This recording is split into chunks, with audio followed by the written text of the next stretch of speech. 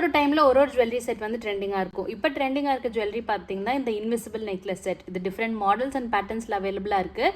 Beginners கூட ஈஸியாக பண்ணுற மாதிரி எப்படின்னு தான் நம்ம இந்த வீடியோவில் பார்க்க போகிறோம். Welcome to my YouTube channel நன்றி ஆர்ட் அண்ட் கிராஃப்ட். நீங்கள் இப்போ தான் ஃபர்ஸ்ட் டைம் சேனலில் பார்க்குறீங்க அப்படின்னா கன்சிடர் சப்ஸ்கிரைபிங் ஆர் சேனல். எனக்கு ஒருத்தவங்க டவுட் வந்து கேட்டிருந்தாங்க, இந்த இன்விசிபிள் நெக்லஸ் செட்டில் நம்ம யூஸ் பண்ணக்கூடிய ஒயர் இதுக்கு தான் தனியாக ஒயர் இருக்கான்னு கேட்டிருந்தாங்க.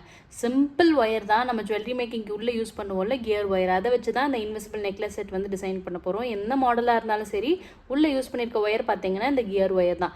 ஃபர்ஸ்ட்டு கியர் ஒயர் எடுத்துகிட்டு அதில் கியர் லாக் அட்டாச் பண்ண போகிறோம். இப்போ நான் வீடியோவில் காட்டியிருக்க மாதிரி அட்டாச் பண்ணிக்கோங்க. நீங்கள் ஹூக்ஸ் இல்லைனா பேக் ரூப் வந்து யூஸ் பண்ணிக்கலாம்.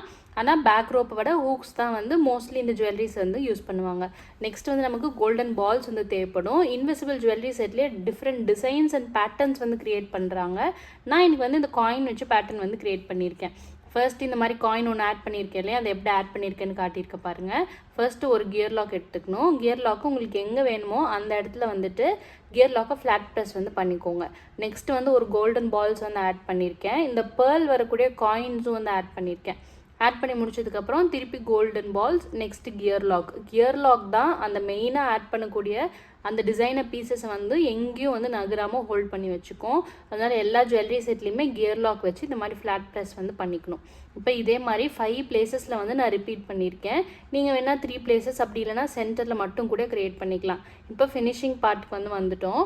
இப்போ கியர் லாக் ஒன்று ஆட் பண்ணிவிட்டு ஆல்ரெடி ஹூக்ஸ் இருக்கு இல்லையா, அந்த ஹூக்ஸோட எண்டு பார்த்தீங்கன்னா இந்த மாதிரி ரவுண்டாக இருக்கும். அந்த ரவுண்ட்லேயே அட்டாச் பண்ணிக்கலாம். அப்படி இல்லைனா ஜம்ப் ரிங்ஸ் கூட நீங்கள் வந்து ஆட் பண்ணிக்கலாம்.